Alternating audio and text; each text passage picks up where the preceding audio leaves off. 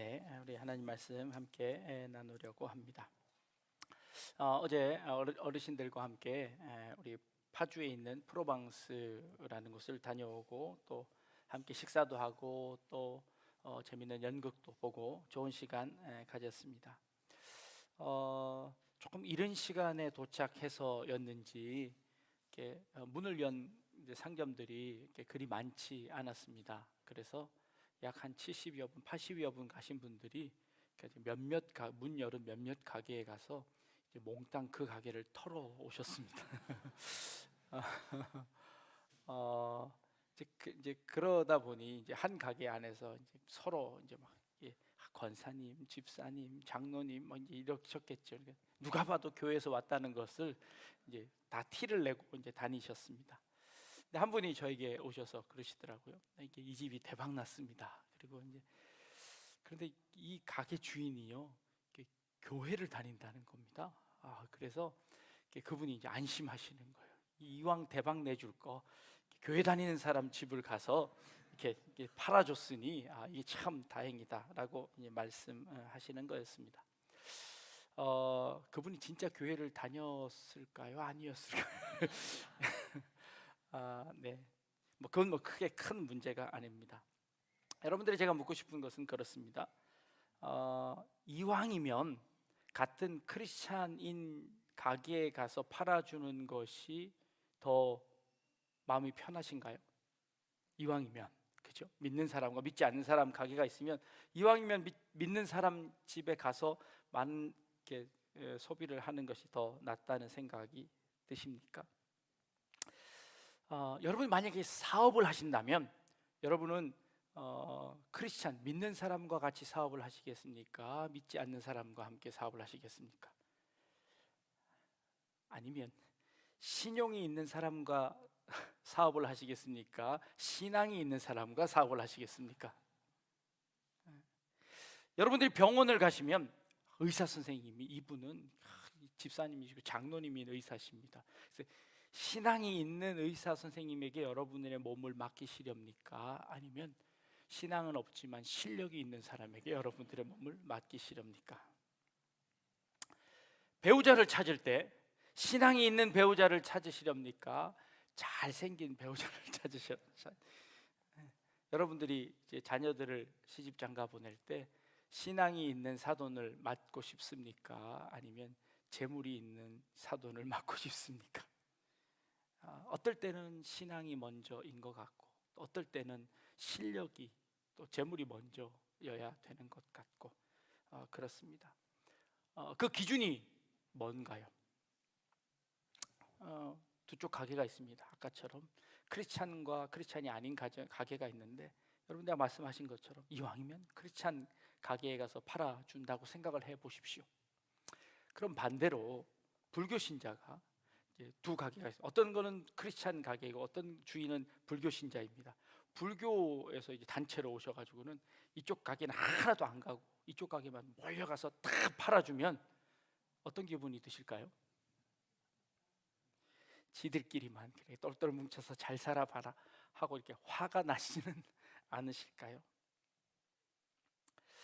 기독교는요 참 배타적인 종교입니다. 교리적인 측면에서 그렇습니다. 왜냐하면요 예수 이외에는 어떤 방법으로도 구원이 없다고 믿기 때문입니다. 예수만이 오직 구원의 길이라고 우리는 믿습니다. 다른 어떤 방법으로도 구원받을 수 있는 길이 없다고 믿기 때문에 우리는 굉장히 배타적인 교리를 가지고 있습니다. 이 배타적이라는 말이 조금 마음에 걸립니다. 왜냐하면 이 말이 꼭 이기적이라는 말처럼 들려서 조금 그렇기는 하지만 우리는 확고한 그런 진리를 가지고 있습니다. 그래서 때로는 우리가 욕을 먹기도 합니다. 왜 도대체 너네들만 잘났다고 하느냐? 아니 세상에 종교가 얼마나 많은데 다른 건 다 틀렸다고 하고 니네만 옳다고 하느냐? 라고 이야기해서 우리 기독교가 욕을 먹기도 합니다. 그래서 천주교에서는요 이 욕을 좀 안 먹으려고 이렇게 조금 교리를 좀 바꾸었습니다. 어떻게 교리를 바꾸었냐 하면 이 천주교의 교리를 이렇게 포괄주의라고 해서 천주교 신학자 중에 칼 라너라는 아주 그 실력이 있는 그 학자가 있는데 그분이 이런 말을 했습니다. 익명의 그리스도인이다라고 하는 말을 했는데 그의 신학이 가톨릭 종교회의에서 채택이 되면서 이것이 가톨릭의 기본적인 교리가 되었습니다. 이건 무슨 말이냐 하면 무신론자나 혹은 하나님을 믿지 않는 사람들 중에서도 참된 그리스도인이 있을 수 있다라고 믿는 겁니다. 감추어진 그리스도인들이 있다는 겁니다. 그 말은 이 기독교가 예수만이 진리입니다, 우리 안에 들어와야만 구원 얻습니다 라고 하는 것이 다른 종교로부터 많이 지탄을 받자 이것을 조금 비켜가려고 이제 그런 포괄주의를 가졌습니다. 교회 나오지 않지만 그래도 그 사람이 도덕적으로 살고 선하게 살려고 하면 그 사람은 자기는 모르지만 그러나 이미 하나님께 선택받은 그리스도인이다. 그 사람도 알려지지 않은, 아니 심지어 자기도 모르는 그리스도인일 가능성이 많다. 그런 모든 사람들까지도 우리는 그리스도인이라고 칭한다 하고 그 모든 사람들을 함께 다 이렇게 포괄적으로 이렇게 끌어안는 대승적인 화합을 시도하는 겁니다. 참 관대해 보이죠. 기독교보다 훨씬 더 관대해 보이기도 합니다. 그래서 오히려 그것을 자랑으로 여기기도 합니다. 그런데요, 그 말을 들었던 다른 종교인들이 화가 났습니다. 아니 그래도 기독교인들은 지들만 구원이 있다 그러고 뭐 자기들만 옳다고 하니 뭐 그거야 뭐 맞든 아니든 자기들 주장이니까. 그런데 가톨릭에서는 아니 불교인들까지 다 그리스도인이라고 칭해버리면 이건 더 기쁜 나쁜 일이 아닌가? 라고 하는 겁니다. 포괄주의의 맹점이지요. 그러니까 우리들은 관대한 마음을 가지고 그들을 다 끌어안아 주겠다라고 이야기하지만 사실은 그 안에 들어가고 싶지 않은 사람을 왜 우리를 억지로 너희 안에 끌어넣으려고 하느냐?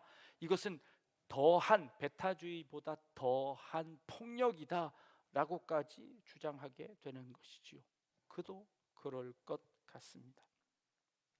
이제 그러자 이번에는요 다원주의라는 것이 나왔습니다. 이것은 무엇이냐면 너도 옳고 나도 옳다라는 겁니다.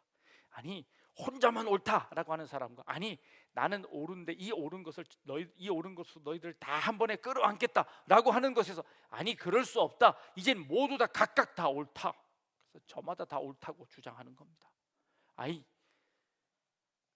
세상에 살아가는 삶의 방식이 얼마나 많은데 그걸 다 틀렸다고 할 수 있느냐? 각각 자기가 가는 길로 가되 그 목표는 원래 하나야라고 이야기하는 그런 말입니다.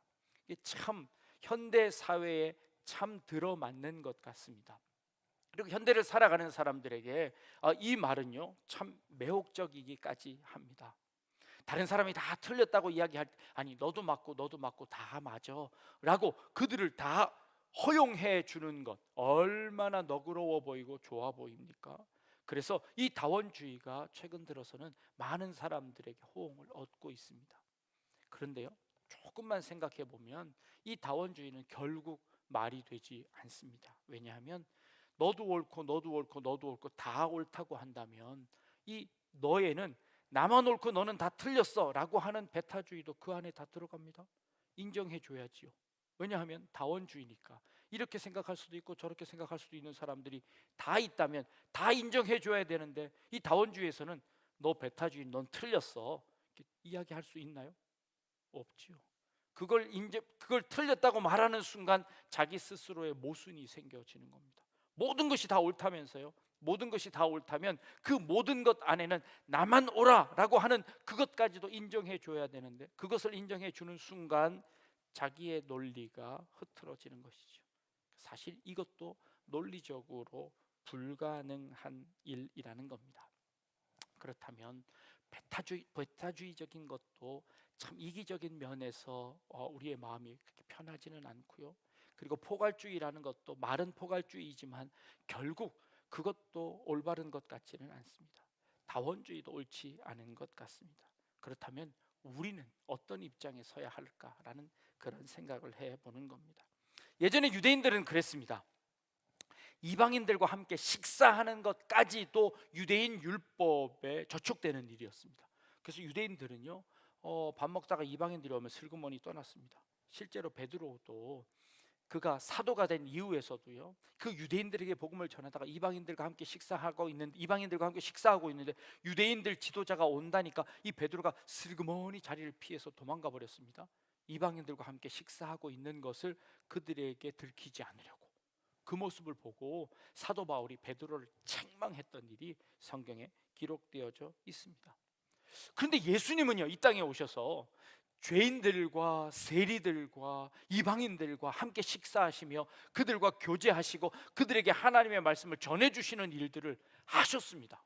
그러니 예수님은 우리만 오라라고 이야기하시지 않았던 분입니다. 그리고 우리는 예수님을 믿는 사람들이고 예수님이 따라가셨던 그 발걸음을 함께 따라가고 있는 사람들이 있기에 우리들도 그런 입장을 취할 수만은 없다는 겁니다. 배타적이라는 이 말은요, 때로는 이 이기적인 말처럼 어떨 때는 믿는 사람들끼리, 또 어떨 때는 내 이익이 되도록, 어떨 때는 돈 많은 것, 어떨 때는 그리스도인. 사실은 이것마저도 우리의 삶에서 정확한 기준이 없이 살아가고 있는 우리의 모습들을 우리가 너무나 잘 알고 있지 않습니까? 그래서 우리 자신들을 살펴보아야 한다는 겁니다. 한국의 기독교가요, 어디서부터 전래되었나요? 미국의 선교사들로부터 한국의 기독교가 전래되었습니다. 그런데 한국의 기독교가 100년이 쭉 넘어갔습니다. 그리고 나서 미국의 기독교와 한국의 기독교를 비교하면 어떨까요? 미국의 기독교와 한국의 기독교가 같을까요? 다를까요? 믿는 방식과 문화와 신앙이요, 굉장히 많은 차이가 납니다. 아니, 미국으로부터 전래되었는데요, 왜 우리가 그들과 다른가요? 아니, 그 미국에 있는 그 기독교는 유럽에서부터 왔습니다. 그러면 유럽의 기독교와 미국의 기독교는 같을까요? 아주 다릅니다. 유럽의 기독교와 한국의 기독교는요, 더 많이 다릅니다. 그러면 이 다른 것은 틀린 건가요? 다른 건가요? 전혀 다른 종교인가요? 아니면 같은 종교에 서로 다른 모습을 하고 있는 걸까요? 미국에서 전래되어진 이 기독교는요, 한국에 들어오면서 교묘하게 한국에 있던 유교 문화와 이렇게 섞여 있는 것이 되게 많습니다. 그래서 한국 기독교 안에는요, 한국의 유교 문화의 이 풍습들이 굉장히 많이 숨어 있습니다. 근데 그게 잘못된 것일까요?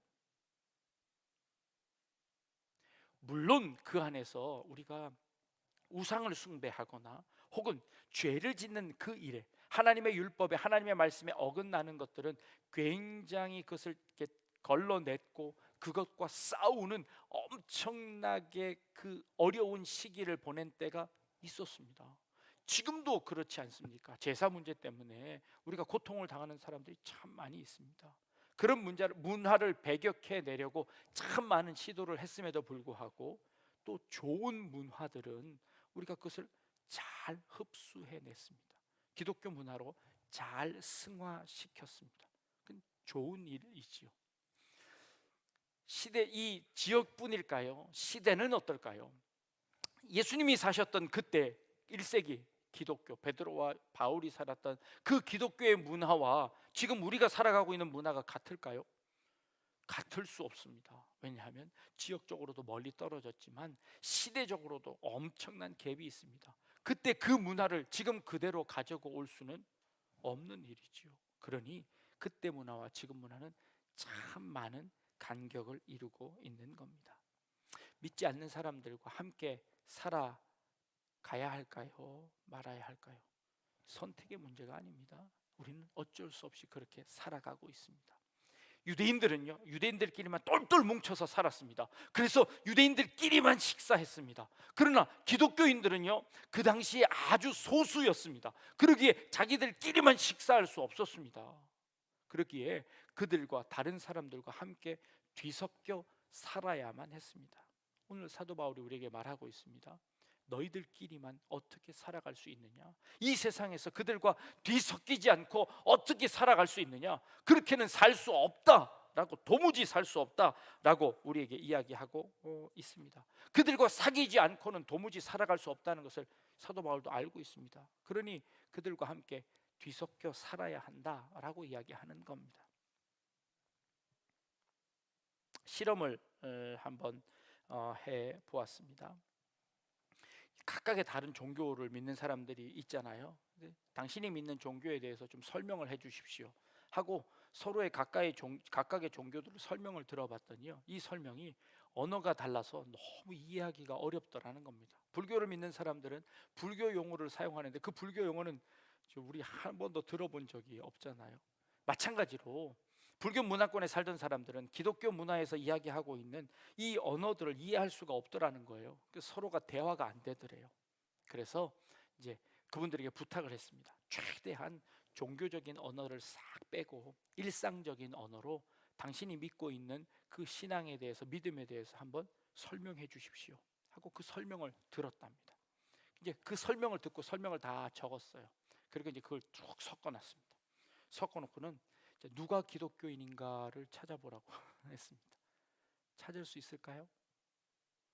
이 각각 다른 종교인들이 믿는 자기의 신앙을 일상 언어로 표현해 놓은 그 글을 보았더니요, 그 글 안에 어떤 것이 기독교인인지를 잘 모르겠더래요. 심지어 기독교인과 불교인들의 차이보다 같은 기독교인들 사이의 차이가 훨씬 더 크더래요. 같은 하나님을 믿고 있는데 그 믿는 그 믿음을 표현한 글이 서로 더 다르더래요. 그렇다면 과연 이 종교, 우리가 믿고 있는 종교라는 것, 신앙이라는 것, 그거 종교적인 언어만 사용했을 뿐이지 아니면 이게 다 다른 것, 같은 것, 혹은 완전히 다 다른 것은 아닌가라는 그런 생각을 갖게 되었습니다. 우리는요, 굉장히 다원화되어 있는 사회를 살아가고 있습니다. 그럼에도 이 사회 안에서 기독교인이라는 정체성을 가지고 있습니다. 그리고 예수만이 참 진리라는 것을 믿고 있는 사람들입니다. 그런데 우리가 믿고 있는 이 진리는 표현되어져야 하고 이 진리는 설명되어져야 합니다. 그러기 위해서 우리는 세상 사람들과 함께 사귀면서 그들과 뒤섞여 살아야 합니다. 그런데 뒤섞여 살다 보니 누가 누군지, 내가 뭘 믿는지, 저 사람이 뭘 믿는지, 저 사람이 믿고 있는가, 우리가 믿고 있는 것이 뭐가 같고 다른지를 판단할 수 없는 이런 시대에 살아가고 있습니다. 그래서 우리는 자꾸 더 배타적이고 이기적으로 살아가려고 합니다. 우리 믿는 사람들끼리 모여서 삽시다. 우리 믿는 사람들끼리 똘똘 뭉쳐봅시다. 저 사람들 다 배제하고 우리끼리만 한번 살아봅시다 라고 우리의 정체성을 찾으려고 노력하는데, 그것으로는 이것이 우리의 진리가 수호되는 것이 아니라 세상 사람들로부터 오히려 배타적이라고 혹은 이기적이라고 이렇게 따돌림 당할 가능성이 훨씬 더 많아졌습니다. 우리가 믿고 있는 이 진리라는 것은 도대체 무엇입니까? 이 세상의 악한 것들과 이 세상에 있는 살아가는 많은 것들 가운데 우리가 믿고 있는 것은 도대체 무엇입니까? 우리 자신들을 돌아보아야 합니다. 그들과 다른 것이 무엇인가가 아니라 우리가 하나님 말씀 가운데 올바로 서 있는가를 살펴보아야 한다는 것이지요. 오늘 우리가 읽은 말씀 중에 이 사도 바울이 이렇게 이야기하고 있습니다. 이제 내가 너희에게 쓴 것은 만일 어떤 형제라 일컫는 자가 음행하거나 탐욕을 부리거나 우상숭배를 하거나 모욕하거나 술 취하거나 속여 빼앗거든 사귀지도 말고 그런 자와는 함께 먹지도 말라라고 하고 있습니다. 그런데 바로 그 전 말씀에는 내가 도무지 사귀지 말라 하는 것이 아니니 만일 그리하려면 너희가 세상 밖으로 나가야 할 것이다 라고 말하고 있습니다. 이 두 절의 말씀이 서로 상반되는 말씀입니다. 너는 그렇게 하려면 사귀지도 말라라고 안 할 거면 세상 밖으로 나가서 살아야 하는데, 그러면서 세상 안에 살면서는 너희는 그런 사람들과 사귀지도 말라라고 하는 이렇게 이중적인 잣대를 우리에게 이야기하고 있습니다. 이것이 도대체 우리에게 무엇을 의미하는 것일까 고민해 보아야 합니다. 우리는요, 예수님께서 우리 믿는 자들에게 이렇게 말씀하셨습니다. 너희는 세상의 빛이다. 너희는 세상의 소금이다 라고 말씀하고 있습니다. 빛과 소금, 소금과 빛인데 빛은 어두움을 비추는 빛이다. 이 빛이 불을 밝혀서 등경 위에 있어야지, 이것이 말 아래에 있으면 그 빛은 아무 소용이 없다라고 말씀하셨습니다. 너희는 세상의 소금이다. 이 소금이 만일 그 짠맛을 잃으면 아무 쓸데없다. 이 소금은 어디에 사용되느냐 하면, 그 소금은 물속에 녹아져서 그 식품들이, 그 음식들이 상하지 않게 하고 그 음식에 짠 맛을 내는 데 사용되는 그 소금이다라고 이야기합니다. 빛과 소금이라는 것은, 이 빛은 그 빛 자체로의 의미도 있지만 그 빛이 그 어둠 속에 들어갔을 때야 참 빛의 의미를 발휘합니다. 이 소금이 녹아져야만 참 의미를 발휘합니다. 우리를 세상의 빛과 소금이라고 말씀하셨습니다. 그런데 이 소금이요, 그 맛을 잃으면 아무 소용이 없다라고 이야기합니다. 사도 바울이요, 우리가 이 땅 사람들과 사귀지 않으려면 우리는 세상 바깥으로 나가야 합니다. 아무 소용이 없습니다. 이 세상 안에 있어야 합니다. 그러나 이 세상 안에 있지만 이 세상 안에서 그 맛을 잃으면 역시 소용이 없습니다. 우리는 늘 하나님의 말씀 가운데 내가 하나님의 말씀대로 살아가고 있는지를 늘 확인해야 합니다. 하나님의 말씀이 우리 안에 들어와서 그 말씀이요, 때로는 우리가 세상과 타협하면서 살아가기도 합니다. 하나님의 말씀이 우리 안에 들어와서 우리는 때로 세상에 굴복할 때도 있습니다. 그러나 그때마다 우리는 주님 전 앞으로 나와 다시 우리 자신을 하나님의 말씀 앞에 다시 바로 세웁니다. 그리고 그 하나님의 말씀대로 다시 세상에 나가서 그 세상과 접합니다. 세상과 접하다 보면 그 세상 문화에 따라서 자연스럽게 동화되기도 하고 우리가 세상을 녹이기도 합니다. 우리가 변화되기도 합니다. 그러나 우리는 세상의 빛입니다. 그리고 그 빛은 다시 주님 앞에 와 우리 자신을 다시 정죄하고 주님 앞에 와서 우리 자신을 다시 돌이켜서 온전히 세운 이후에 다시 세상으로 나가 그 세상을 변화시키는 그 일을 합니다. 이게 그리스도인의 정체성입니다. 우리는 변하지 않는 진리를 소유한 사람, 우리는 그 변하지 않는 그것 소유하고 있어서 다른 사람들과 사귀지 않는다, 이런 진리가 아니라 우리의 진리는요, 시대에 따라서, 사람에 따라서, 환경에 따라서 우리는 늘 변합니다. 그러나 우리는 그 안에 빛과 소금을 소유하고 있는 사람들입니다. 그래서 우리는 다른 사람들 앞에 배타적이지 않습니다. 우리는 늘 그들 속에 있습니다. 그러나 그들 속에 있지만 그러나 우리는 그들 속에서 늘 빛나고 있습니다. 그들 속에서 언제나 짠맛을 내고 있습니다. 이것이 그리스도인입니다. 그것이 이 땅 가운데 기독교가 지금까지 한국 사회를 이끌어내고 그 안에 힘을 가지는 그 파워인 겁니다. 그것이 이 세상을 바꾸어 온 그리스도의 십자가의 능력인 것입니다. 예수님을 그들이 못 박고 죽였지만 그러나 그들 속에서 다시 부활하며 살아나서 그들 마음을 바꾸고 그들의 삶을 바꾸어냈던 그리스도의 삶이 이 온 세계를 뒤엎은 것처럼, 이것은 절대 배타적이지 않지만 그러나 그 안에서 배타적으로 존재하는 이 역설적인 이 진리가 그 속에 담겨져 있는 것이라 믿습니다. 우리는 세상 사람들과 함께 뒤섞여 살아야 합니다. 믿는 사람들끼리 어울려 살지 않습니다. 그러나 그럼에도 불구하고 믿는 사람으로서의 사명을 감당하고 삽니다. 믿는 사람으로서의 빛을 발휘합니다. 그리고 짠맛을 내야 합니다. 그리고 그 맛을 잃었을 때 우리는 다시 함께 모여 기도하고 우리 자신들을 돌아보고 내 안에 있는 불순물들을 제거해내고 내 안에 있는 죄악들을 제거해내고 하나님의 말씀 앞에 온전히 성결하게 다시 세워진 이후에 우리는 다시 어둠 가운데로 나아갑니다. 세상 가운데로 나아갑니다. 그리고 그 안에서 그들을 변화시키는 일들을 해 나갑니다. 이것이야말로 참된 진리를 소유한 사람들의 삶의 방법인 것을 오늘 사도 바울이 이 서로 다른 것 같은, 서로 반대되는 말 같은 그 말을 우리에게 행함으로 우리 스스로는 정결하고 우리 스스로는 어떤 것과도 타협하지 않지만, 그러나 우리의 삶으로는 모든 것을 끌어안고 모든 것을 함께 할 수 있는 그 진리를 소유한 것이라는 그 믿음을 갖고 살아가고 있는 것이지요.